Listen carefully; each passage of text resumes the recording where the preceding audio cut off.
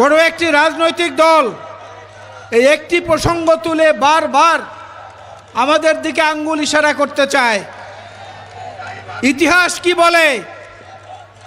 1971-এ মা বোনদেরকে কারা ধরে ধরে পাকিস্তানি বাহিনীর হাতে তুলে দিয়েছিল। কোন রাজনৈতিক দল? আজকে তারা কেন অন্যের দিকে আঙ্গুলে নির্দেশ করে? বাংলাদেশে প্রথম মহিলাদের জন্য আলাদা মন্ত্রণালয় গঠন করেছেন শহীদ রাষ্ট্রপতি জিয়াউর রহমান। বাংলাদেশে আমাদের কন্যাদের, আমাদের পরবর্তী যাদের ঘরে মেয়ে সন্তান আছে, প্রত্যেকটি মেয়ের শিক্ষার জন্য উপবৃত্তি চালু করেছিলেন বেগম খালেদা জিয়া। গার্মেন্টস ফ্যাক্টরিতে নারীদের এই যে কর্মযোগ্য, নারীদের এই যে কাজ, এই শ্রমিক এবং এই গার্মেন্টস বিদেশে প্রসারিত করা, এই কাজ করেছিল বিএনপি সরকার।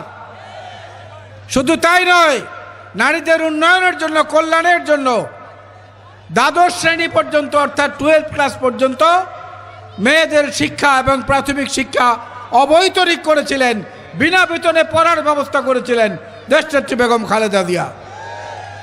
আজকে আমাদেরকে বলা হয় দখলদার, আমাদেরকে বলা হয় আমরা চাঁদাবাজ, আমাদেরকে বলা হয় আমরা ঋণ খেলাফি।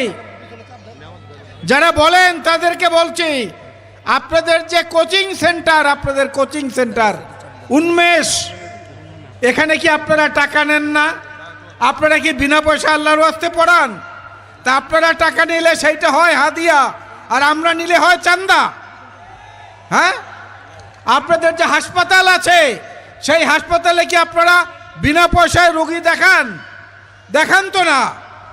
সেইখানেও তো রোগীদের কাছ থেকে গলা কেটে টাকা আদায় করে নেন। তা এইটা চান্দাবাজি না? এর চেয়ে বড় চান্দাবাজি কি হতে পারে?